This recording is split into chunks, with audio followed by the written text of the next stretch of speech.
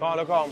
عارف اروح كده. لو سمحت ما فيش هنا مائدة رحمن؟ لا والله هنا ما فيش هنا. المحفظة بتاعتي وقعت مني. ايوه وانا من بلد تانية. ايوه. فاهم؟ ولسه نص ساعة على الفطار ومش عارف اعمل ايه بصراحة. انت منين؟ من الاسماعيلية. اجدع نعم. على العموم ما فيش مائدة رحمن هنا خالص، بس انا اللي اقدر اعمله معاك اخدك معايا. انا كده كده هروح افطر في البيت، اخدك معايا تفطر معايا. ما ينفعش عشان ليه اللي بيتك يخليني ما برضه. ينفعش يعني؟ ممكن انت ما انتش عامل حسابك. لا يا عم، لا اي لقمه ناكلها مع بعض ومحدش عارف رزق مين. المغرب اساسا خلاص وانت مش هتلحق، وانا البيت قريب اهو.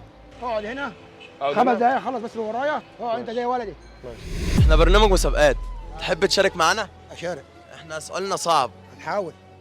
هتحاول تجاوب؟ ربنا يقدرنا. دي ايه؟ دي ماشي. مقشة؟ ايوه. مبروك انت كسبت معانا. شوف سؤالنا صعب ازاي؟ هو في ايه يعني ده؟ يا كرم ربنا، يا كرم الله، سبحان الله عليك. انت رزقك ما حدش عارف رزق مين. رزق مين؟ رزق ابنك صح؟ مش ابني، بس انت هتاخد حق المواصلات يعني. مش ابنك ازاي؟ انت جه وانت قاعد معايا ورزقك ما حدش عارف رزق مين. ده مش ابنك؟ لا. هو هتديله فلوس ليه؟ ما عليكش فيه انت. ماليش فيه؟ ايوه مالكش فيه. ماليش فيه ازاي؟ ده فلوسي. لا انت ازاي ماليش احنا كسبناه وانت مالكش فيه. انت على فلوسك خد فلوسك واتكل على الله، تذلنا بفلوسك. انا والراجل مالكش دعوه. هو ده مين اصلا؟ يا عم ده قريبك طيب؟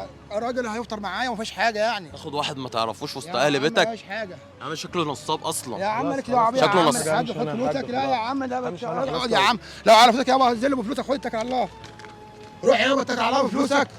ومالكش دعوه بيه يابا. هنزله ليه انت بقول لك بفلوسك شكله يا شحات يابا. مالكش دعوه بيه. نزل على ايدك فكرة من مش عليك حدش، على فكرة يابا. مش مالكش دعوه بيه. انت تعلم انت ليه ايه وتعلم بظروفه ايه. انا دلوقتي بحاول اكسبك، انت ليه تدي الفلوس يا لحد عم تاني؟ ده رزقه يا عم. انت مالكش فيه.